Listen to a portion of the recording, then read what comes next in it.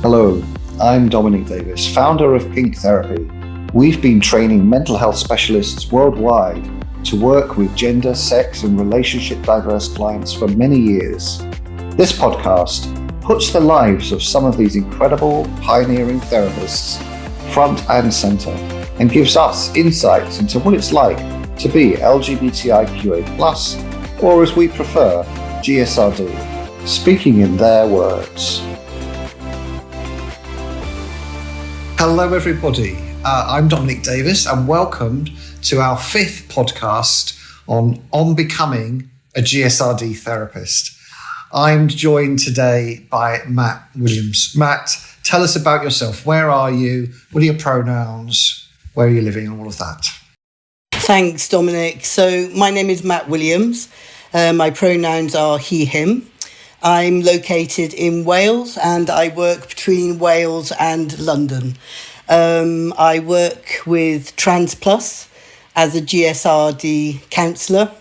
And as you know, Dominic, Trans Plus is part of Chelsea and Westminster NHS Foundation Trust and is one of the first integrated NHS gender, sexual health, HIV services, which is commissioned by the NHS in England. Right, yes. And you followed one of our former students and former podcast interviewees, Edu Perez, into that post. So we're really happy that they've managed to keep a placement open, kind of very special placement in a very special clinic. So, and it's had two very special people in it. So we're really happy to keep that connection going there. Yeah. So you live between Wales and London. How is that for you? How do you manage that kind of level of commuting and things? It's great. I have a big community in London, so it's a great opportunity for me to go and do some work with Trans Plus, but then to also be with the queer community in London. But it's also a great opportunity to do a blended approach to the work. So I can do some in-person therapy, but at the same time, I can also work from home and do that blended online approach. So it works really well. It's nice to be able to get out and have colleagues, I guess, rather than just be stuck at home on the computer all the time, which is kind of how I'm finding myself now. And London's very vibrant, but I'm guessing Wales is not exactly quiet either, really.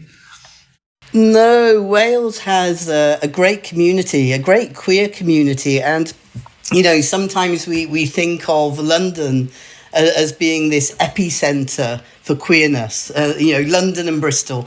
But Wales has a great community here. There's some great grassroots organisations that have started to come up, which are working with the trans and non-binary community. And also, we do have the Welsh Gender Service as well, which has a very holistic approach to working with the trans community as well. And I think it's that connection, down the M4. It's very easy to get to Wales and there's a lot of community activities which are going on right across the whole of Wales at the moment. So lots of brunches, lots of meetups, and of course we had Cardiff Pride as well. And one of the things that we've seen over the years is smaller prides starting up all over Wales. So there's a very good community feel for the queer community here. Yeah, a couple of years ago, a very good friend of mine was Mr. Leather Wales, and he invited me to go and give a talk to the Leathermen of Wales in Cardiff. So I spent a lovely Sunday evening with all the guys in there, turned out in their full leathers, walking around the streets. I mean, the streets were very quiet, but it just felt very safe for them to be doing this. And then they were going off after the meeting, to a pub crawl around the drag bars, and there's like 3 or 4 pubs that have drag shows on that night, and they kind of roved around amongst them. It was a lovely evening and reminded me how lively city centres can be, queer city centres, and inhabiting it on a Sunday night when probably most people were at home felt like we kind of reclaimed the city The perverts had the run of the place, which was good fun. Yeah. And the Leathermen, the Leathermen in Wales, Leathermen Cymru are very, very active. And then they were there during Cardiff Pride, and they do a whole load of events in Cardiff as well, which people travel to actually participate in. So they're a very big part of the queer community in Wales. It's the Leathermen, yeah. Yeah. So tell us what you're working on at the moment. What kind of projects, research and things you're engaged in? Yeah? Yeah, so working with Trans Plus as a GSRD counsellor, that's where I'm working and focusing at the moment. But for 23-24, I'm going to be doing some research in some of the emerging themes which have been coming out of that counselling work. So, for instance, looking at homelessness, trans youth homelessness. I'm going to be looking at some trans mask and chemsex as well, and also the prevalence of HIV within the trans community. So that's going to be a bit more of a longer term research project I'm going to engage in. And obviously, working within the GSRD framework, we get to unpick various threads that emerge from our clients. And one of those that does come up is around homelessness. And also drug use and substance use as well. So looking from a trans mask side of this into chemsex is very interesting. For sure, and really important, because I know that I've worked with chemsex for about 15 years, really. And it's a way in which often gay men get caught up in something where they feel included and welcomed, and people aren't bothered too much about body type or age or anything. But if you haven't got your wits about you, then, and many of our community are not savvy enough to kind of have had that opportunity to kind of think it through, then they can really prey on the vulnerable and people who are looking to be included and welcomed. But they get included and welcomed for the wrong reasons and soon running huge health risks as a result of it. So it's good you're really alert to that, and to get some research on the prevalence and some interventions would be really helpful, because it's a huge worry, I know, amongst those working in chemsex around younger gay men getting caught up in it. I mean, it's a worry for everybody getting caught up in it, really, when it gets out of control. But particularly when young people haven't yet found their own identities and resources and support networks. So that's good to know that you're going to be doing that. What's life like for the GSRD folk where you live in Wales? You've mentioned that we've talked a bit about the Leathermen, but what about other sections of the communities?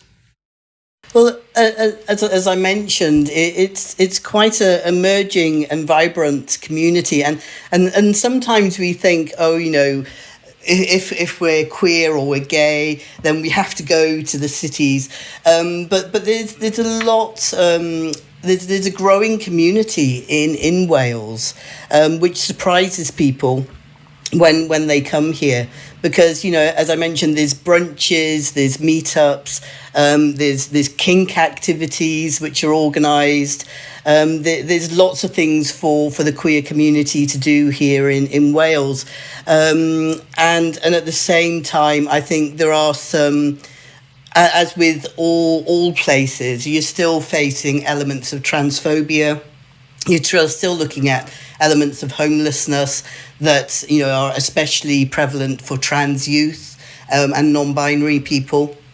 But there's a lot of positive things going on in Wales for the queer community. But some of those challenges, I might say, we're still looking at transphobia. We still need more education that are happening in the schools. And again, we're very lucky in Wales because we do have diversity role models here that go into the schools. They do a lot of hands-on education, so that's really good. So there's lots happening in the schools in Wales, but there's still some more work to be done, obviously, around the NHS, thinking about homelessness, for instance, first thing people say if you're homeless is go to your local council. But if you're trans and non-binary, that there's still work that needs to be done. You might not get as much understanding as you need and deserve, really. Yeah. Yeah, absolutely. And some of those other government institutions, there's still some training and education that needs to be sustained with them, so that we can, maintain that ripple effect of inclusion. Mm-hmm, mm-hmm. You mentioned the gender clinic in Wales. I that was new to me. I hadn't heard that Wales had finally got its own gender clinic. That's good to know. Yeah. How long ago has that started? Oh, it's been a good, don't quote me on this, but a good 5-6 years, maybe a little bit longer. The Welsh Gender Service has been in place. They're incredibly progressive in what they do. And, in some ways, it's a one-stop shop, because you can go there, you can have your hormones, your prescriptions there. There's great psychological support coming out from there. So it's a really innovative service for Wales to have their own Welsh Gender Service. And is there much of a waiting to get into the service or not? It's approximately 18 months to 2 years for the waiting service, which... Yeah, much is comparable to the parts of the UK as well then, really. Yeah, I believe in places like Exeter it's 7 years. But it varies to where you are in the United Kingdom. But in Wales, you're looking at approximately 18 months to 2 years for it. But the service is very good, and as I say, it's very, very progressive. Mm-hmm. That's good to know. So let's see, what should we talk about? What are you passionate about, Matt? Let's get to know you. What am I passionate? So obviously counselling, I'm very passionate about GSRD counselling, supporting the queer community, and the trans non-binary community. But at the same time, I'm passionate about art, music, spoken word, travelling, experiencing different cultures. Going to festivals, queer festivals, is something I've been doing a lot over this summer, and talking to people about diversity and queerness, and opening up that space. Festivals like Small World, for instance, which isn't a queer festival but is very open to diversity, and then other festivals such as Queer Spirit, which we're getting ready to launch again after the pandemic, which we're getting ready for August next year. So that'll be another avenue for people to come and collect, have fun, but also to talk about their diversity and their queerness in a very safe space. That sounds great, to be able to go to festivals and be away from a kind of commercialised queer scene, and be in nature, and get bitten to death by midges or mosquitoes or whatever. And it's also, important to move away from that non-profit idea around queerness. And I think, there's been a lot of small festivals that have emerged, which are LGBTQIA this summer, which has been very interesting. And lots of people going to them as well, and wanting that space where they can go and have fun, but also to be around other queer folk in a non-commercial way. So it's been a great summer for doing that, and turning up on festivals on motorbikes is always fun. It's always sounds like a lot of fun. Many years ago, I was working with the Samaritans at Festival Branch, so we would do things like Glastonbury Festival and some of the free festivals. Back in the day, we would go to Stonehenge and for solstice and things like this. But there was never any kind of queer presence visible at that point in history. I mean, the dinosaurs were just left the earth, and the cavemen were coming out, but the queers weren't coming out. And so it's really nice to hear that there are now queer festivals because it's a great environment to be outside and listening to music and just in nature and talking with people and getting to know people. So I'm very different to doing so in the clubs and pubs. Yeah, and I think, the involvement from the what they call the fairy community has also added to that as well, for that diversity and inclusion, and to be able to go out there and put lots of glam on and just have fun, and for nobody to think twice about it, regardless of how you identify. So I think there's been, a lot of work from that community as well, that's brought a lot of inclusion back into the festival world, definitely. Yeah, the gay fairies are great. They keep going, and they've been one of the kind of oldest groups really in our community, in the kind of alternative community. Yeah. Turning to our pink therapy program that you've just finished the first year, tell me what motivated you to undertake that. Well, I'd heard about pink therapy from friends who had participated in the course previously. And then I don't know if you remember, but I joined the GSRD Train the Trainer course a few years ago as well. And I was really impressed by that, by how it changed my perception towards training. And that was some of the motivators for actually joining the course, because I thought this has really challenged my way of thinking just on a very short taster to pink therapy. This really challenged my perception of training and made me rethink my training package. And I thought, well, if that works for the training side of it, what will it do for the counselling side and also the academic side? So that was parts of the motivator around that. And when I think about what was most interesting from that year, for me, it was very much like a coming home to the course as a queer transmasc person. I'd grown up in queer culture in London back in the early 90s. And it was really validating to me to be both, myself, my practice. And it gave me this confidence to move forward as a trans GSRD counsellor. It really did give me that baseline of support and motivation. And when you've been studying in an academic framework, a traditional academic framework, which most of us originate from for many, many years, then to actually go into a course where you're being reflected back in the material that you're reading. You can see yourself in this material, which is both validating and challenging at the same time, but it is very validating to be there with this material. And then of course you've got these wonderful tutors, Arlene Lev, for instance, Alex Lantaffy, Chris Black, bringing this wealth of diversity, experience, academic information. And that was, again, just it was a gift to have the tutors from the pink therapy course. And it was inspiring as well to be around them. And at the same time, it was really motivating to move then into, GSRD counselling and more academic research as well.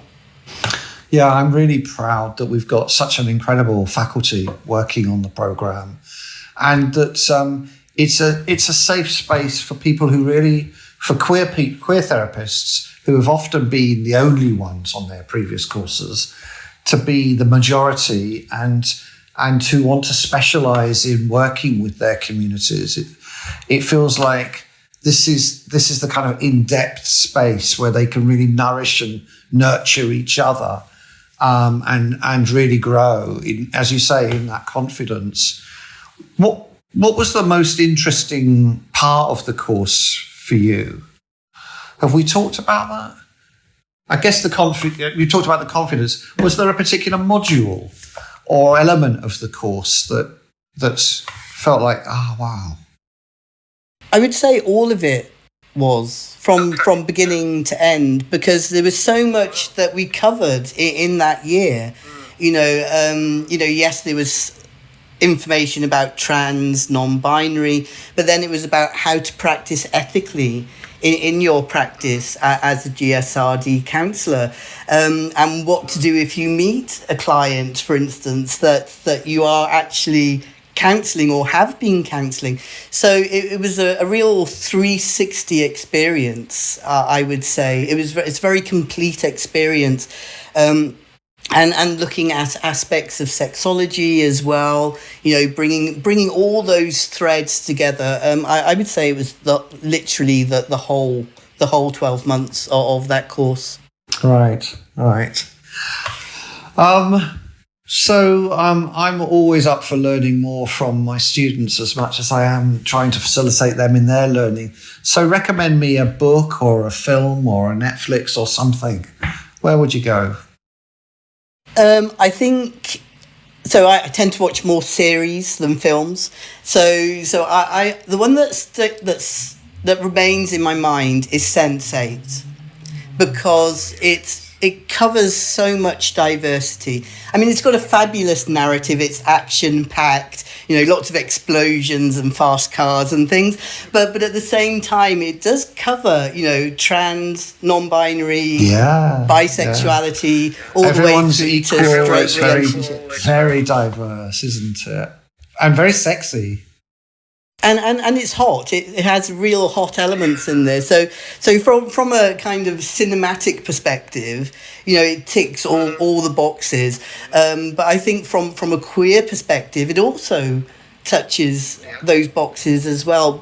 And in a very meaningful. It's done in a very meaningful way, and in a way that I think people can relate to as well. If I was to think about a book, I think it would be Testo Junkie, by Paul Presidio, mainly because it's a combination of academic writing, yes, and people go, oh, too much academic writing, it's a bit dry, and you turn off from it. But there's also that element of his own life experience.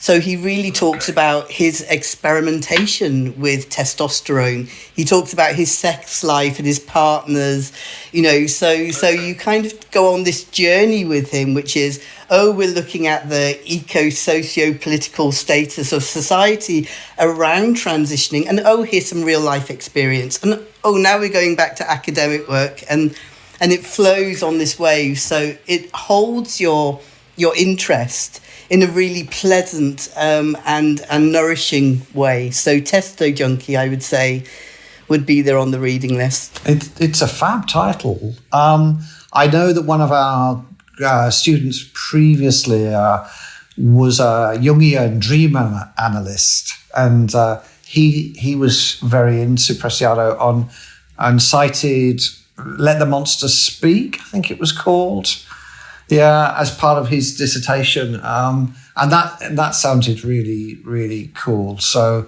he's obviously somebody to for me to kind of put my nose alongside and try to get to know a bit better. Yeah, thank you.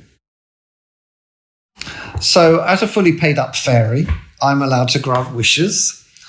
And so I'm going to grant you 3 wishes. What are you going to wish for, Matt? 3 wishes. I would have to say it would be a world free of oppression, regardless of where we sit on gender, race, sexuality, religion, relationship, diversity, economics, the whole thing, to be free from oppression. And if we had that, then that goes into the second one, because then we would be the LGBTQIA plus community, and people would not just be equal, but we'd be liberated as well, and free to step into whatever chosen expression we might want.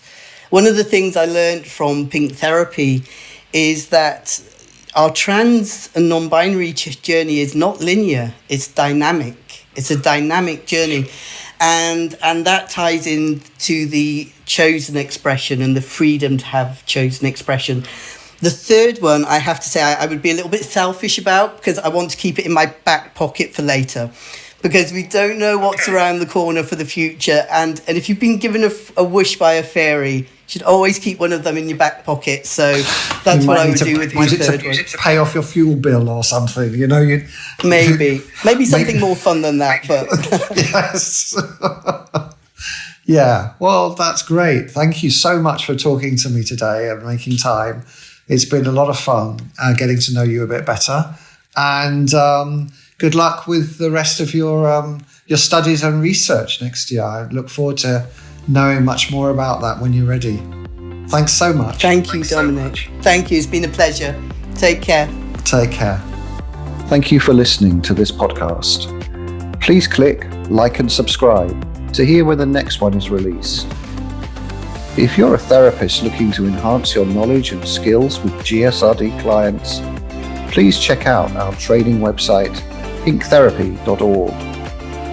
We run 1 and 2 year specialist training programs online, as well as offer a wide range of short CPD modules.